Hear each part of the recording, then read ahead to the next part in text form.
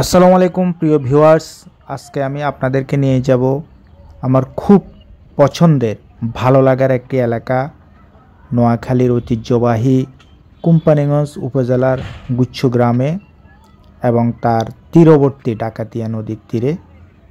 সম্প্রতি আমরা সেখানে গিয়েছিলাম।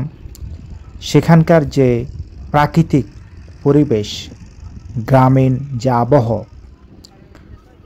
পশু পাখি এবং প্রকৃতির যে সৌন্দর্য, যে মেলবন্ধন, সেটা ভ্রমণ পিপাসুদের তৃষ্ণাকে মেটাবে।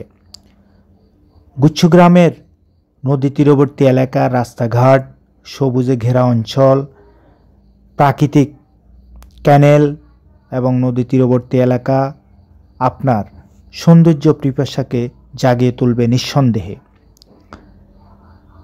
একেবারে নদী তীরবর্তী এলাকা এবং নদীর অপোজিটে উড়িচ্চর, সেখানকার মানুষের জীবনযাপন, মানুষের যে সংগ্রাম, প্রাকৃতিক যে সৌন্দর্য, নানা রকম যে কর্মকাণ্ড, সব কিছু আপনার মধ্যে নিঃসন্দেহে অন্যরকম ভালো লাগার উৎস হয়ে থাকবে। ধন্যবাদ।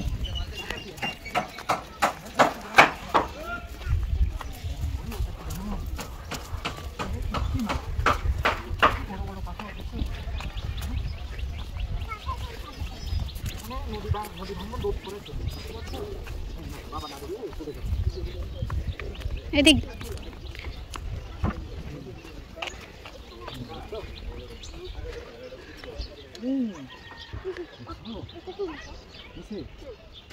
পুরনো জাহাজ, এখানে এটা দিয়ে ঘাট বানাইছে।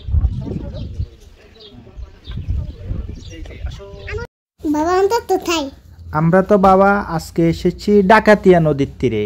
কেন? আমরা নদীর সৌন্দর্য দেখতে এসেছি। কেন? এই যে কত পানি, কত সৌন্দর্য, কত কিছু নদী তীরে, কত ট্রলার, কত নৌকা, আর তারপরে এই যে ন্যাচারাল ভিউ, তারপরে কত বড় আকাশ দেখছো? আকাশকে মনে হচ্ছে যেন পানিতে নেমে গেছে। হ্যাঁ, ন্যাচারাল ভিউ, আল্লাহর অপূর্ব কুদরত, অসম্ভব সুন্দর। ডাকাতিয়া নদীর তীরে আমরা গুচ্ছগ্রাম, এত সুন্দর ভিউ। আমরা একদম উপর থেকে ভিউগুলো দেখতেছি। এই যে দূরে একটা স্টিমার দেখা যায়। এখন রোদ, শীতকালীন রোদ সরাসরি গায়ে এসে পড়ছে।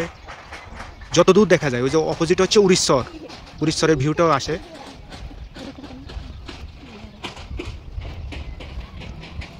আলহামদুলিল্লাহ, এত সুন্দর ভিউ।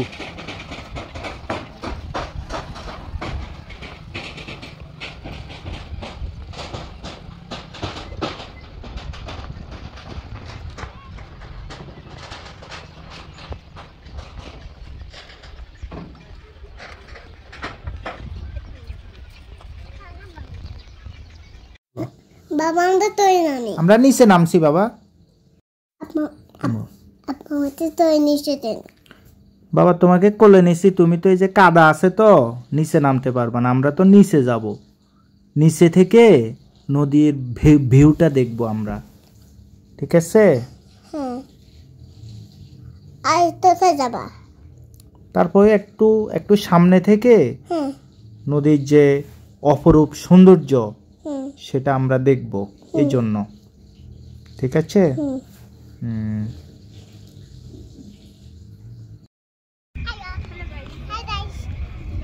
আনাইজা, আনাইজা তুমি এগুলো ধরবা?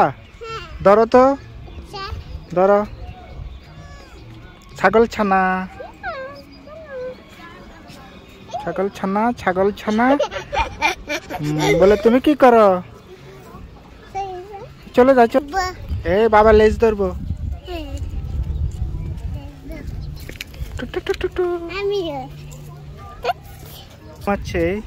এই ছোটটা